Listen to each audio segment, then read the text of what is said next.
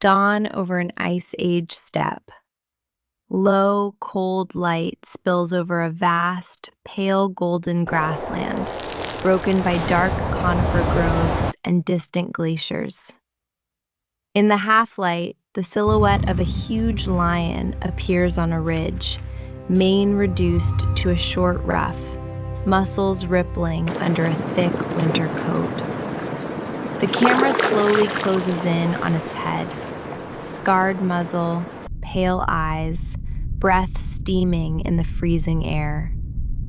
For a moment, the lion looks straight into the lens, then turns away toward a distant herd of horses strung out along a frozen river.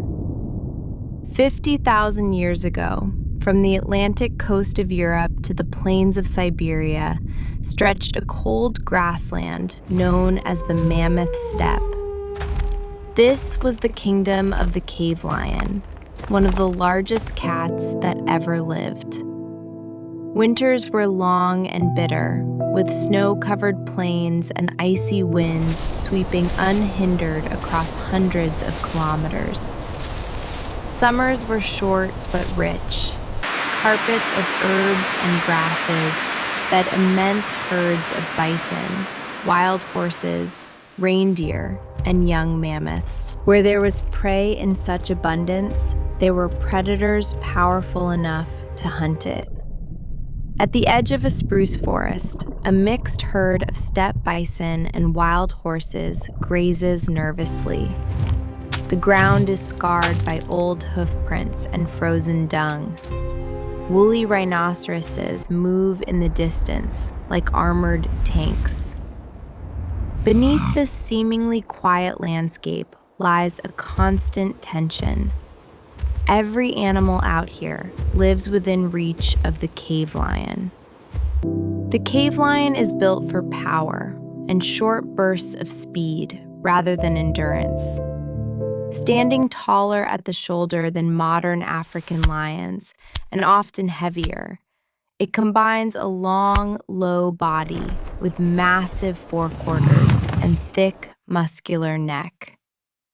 Its skull is broader, jaws deeper, canines slightly longer and more robust than those of living lions. The forelimbs are packed with dense muscle, designed to absorb the shock of impact and to pin down large, struggling prey. The paws are broad, spreading its weight over snow and soft ground.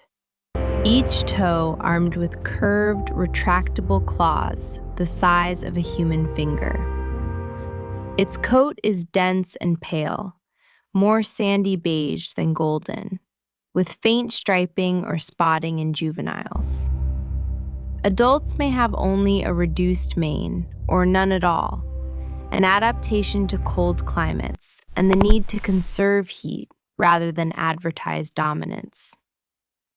The overall impression is not of a savanna lion with a mane transplanted north, but of a specialized ice age hunter, tuned to the conditions of its world.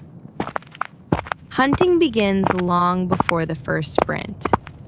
From a low rise above a wide valley, a cave lioness lies flat against the snow, eyes fixed on a distant herd of horses. She is not alone.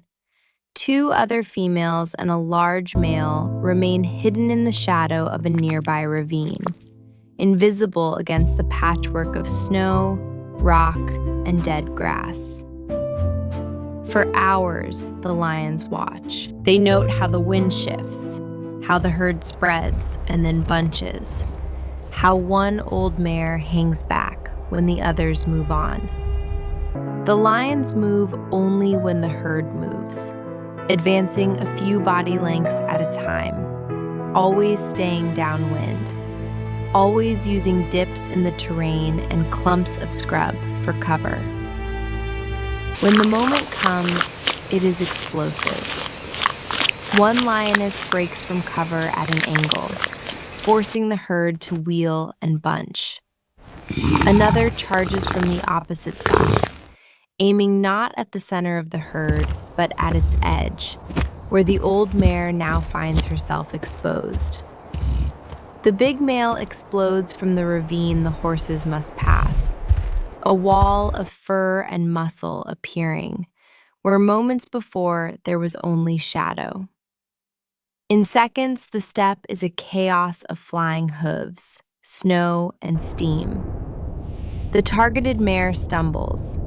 A lioness hooks her hind leg with a forepaw and brings her crashing down. The male clamps his jaws around the throat, compressing the windpipe.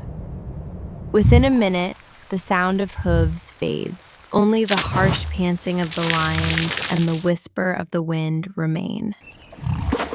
Sometimes the cave lion hunts alone, ambushing reindeer in a tight ravine or young bison near a frozen riverbank. Sometimes a pair of lions works together, one driving prey toward the other. Each hunt is a calculation of risk, timing, and energy. Failure means another day of hunger in a landscape where food is never guaranteed.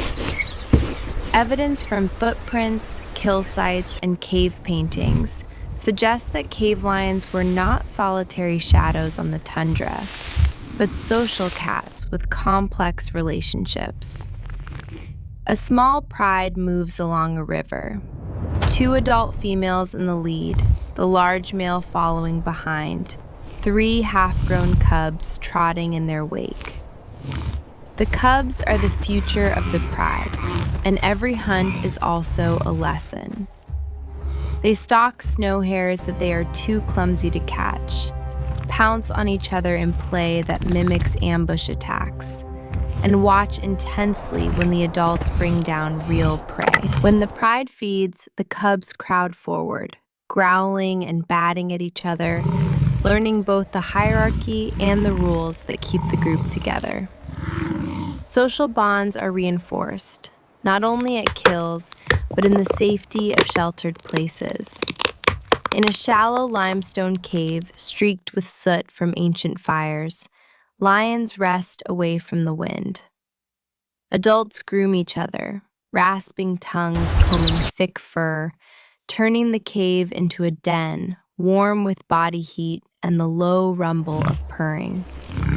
Conflicts flare too. A newcomer male may challenge the resident, roaring at the cave mouth, paws scraping furrows in the snow. Fights are rare but brutal, and the outcome reshapes the pride. If the challenger wins, cubs sired by the former male may be killed, and the cycle of mating and cub rearing begins anew under a new ruler. Even as a top predator, the cave lion does not rule uncontested.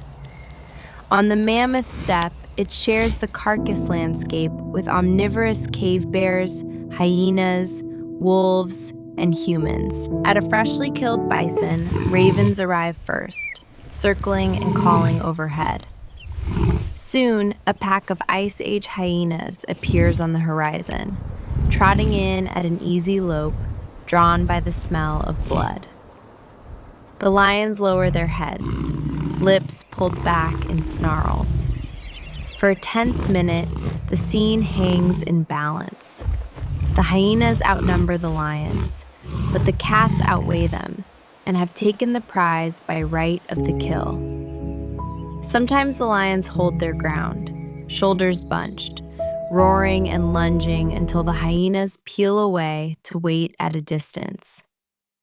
Other times, particularly if there are vulnerable cubs or only a single lion at the carcass, the cat yields, slinking away with the last chunk of meat while laughing calls echo over the snow.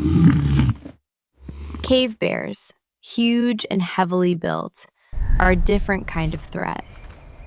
In summer, they may ignore lions entirely as they graze on plants and insects.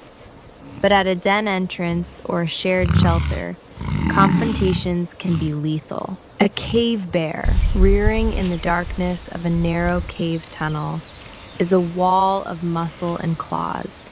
Even an adult lion hesitates to challenge. And then there are the new competitors, humans. Small bands of hunter-gatherers with spears and coordinated tactics begin to move into lion country. At first, they scavenge from the same carcasses, timing their approach to avoid the big cats.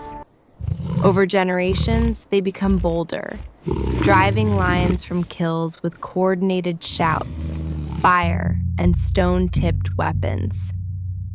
The story of a cave lion is a story of slow growth and constant risk. A lioness chooses a sheltered den, a rock overhang, a thicket, a crevice in the limestone along a river, and gives birth to a small litter of blind, helpless cubs. For the first weeks, she rarely leaves them, surviving on the strength built from previous kills and occasional meat delivered by pride mates. As their eyes open and legs strengthen, the cubs begin to explore the edge of the den, batting at leaves, biting each other's tails, pouncing clumsily on shadows. The lioness is endlessly patient, but firmly corrective. A growl or quick cuff keeps a cub from wandering too far. Each sound, posture, and touch helps wire their brains for future hunting and social behavior. At 3 to 4 months, the cubs are introduced to kills. The smell of blood, the heat of the carcass, the feel of tearing meat from bone are all new and overwhelming. They learn to feed quickly, to defend their share with growls and flattened ears, but also to yield when an adult presses in with a warning rumble. By the time they are a year old, they shadow the pride on hunts, sometimes joining the final rush, often failing and learning through failure. At 2 years, they are nearly adult-sized, but still lack experience. Their survival now depends on integrating into the pride's routines, or, in the case of young males, striking out to find new territories and mates. A successful cave lion may survive 15 years or more, but age comes with its own challenges: worn teeth, old injuries, slower reactions. An old male, scarred and gray around the muzzle, limps through the snow behind the pride, increasingly dependent on the efforts of younger lions.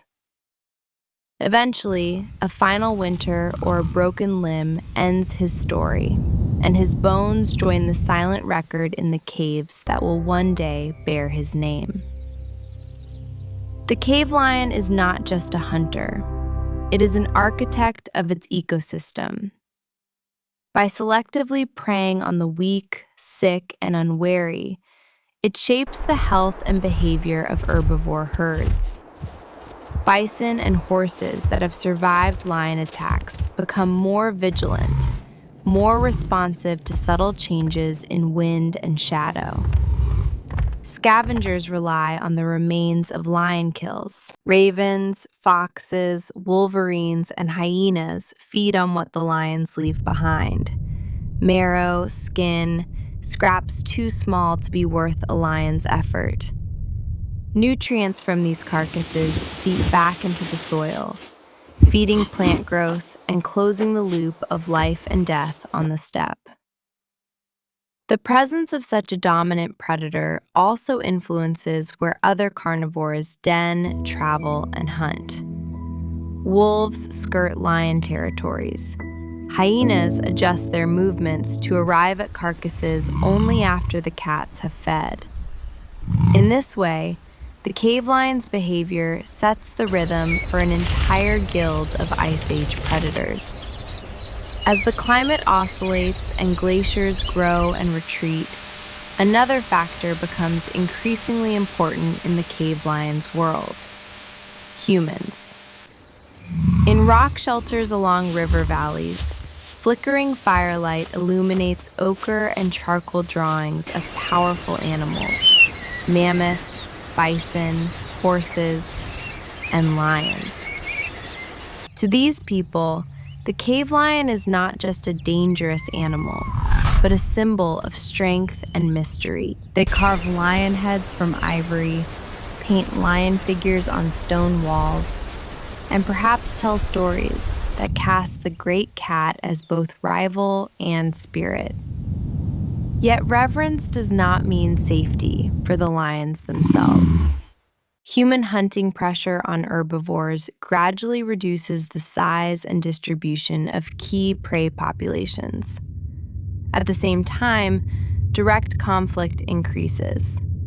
People defend kills against lions, stone points and coordinated group tactics overcoming even the strongest cat. Every lion that is speared to protect a carcass, every winter when human hunters outcompete lions for the dwindling herds, pushes the species a little closer to the edge.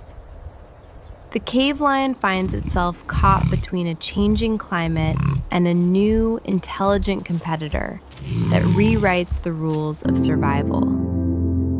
As the last glacial maximum passes and the Pleistocene begins to give way to the Holocene, the mammoth steppe contracts. Forests advance in some regions, wetlands or barren tundra in others. The open, prey-rich grasslands that favored the cave lion fragment and shrink. Prey communities change. Some large herbivores go extinct, others retreat to isolated refuges. The lions, hyper-specialized for hunting big game in open terrain, find fewer opportunities. A pride that once roamed hundreds of kilometers now crosses old territories only to find them empty, quiet, and increasingly dominated by humans and their camps. The last cave lions persist in scattered pockets where herds still roam, but their numbers fall with each passing millennium. A harsh winter, a disease outbreak in prey animals, or a series of conflicts with human hunters can erase an entire local population. Eventually, there comes a winter when a small group of lions fails to bring down enough prey to feed their cubs. One by one, the cubs weaken and die. Adults follow, succumbing to starvation or injury. Somewhere, on a windswept plain or in a half-collapsed cave, the last cave lion dies, with no witness but the ravens. Bones are buried under sediment and time. Thousands of years later, humans return as scientists, excavating skulls and skeletons, reading in their shape the story of a predator that once ruled the Ice Age and then vanished.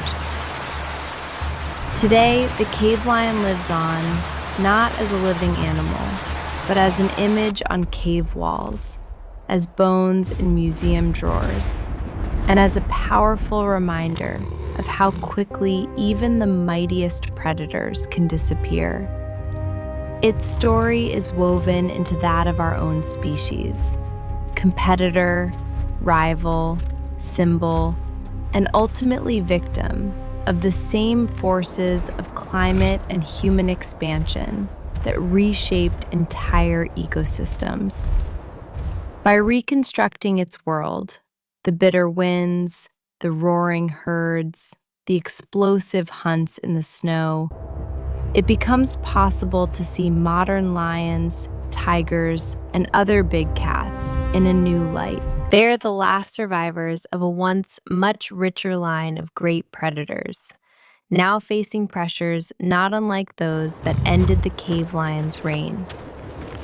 Your film can close on a visual echo, a modern lion standing on an African savanna ridge at sunset, dissolving into the pale form of a cave lion on a frozen steppe at dawn.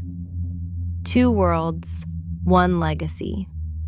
The ancient lion that hunted at the edge of ice, and the modern cats that still walk a much changed earth.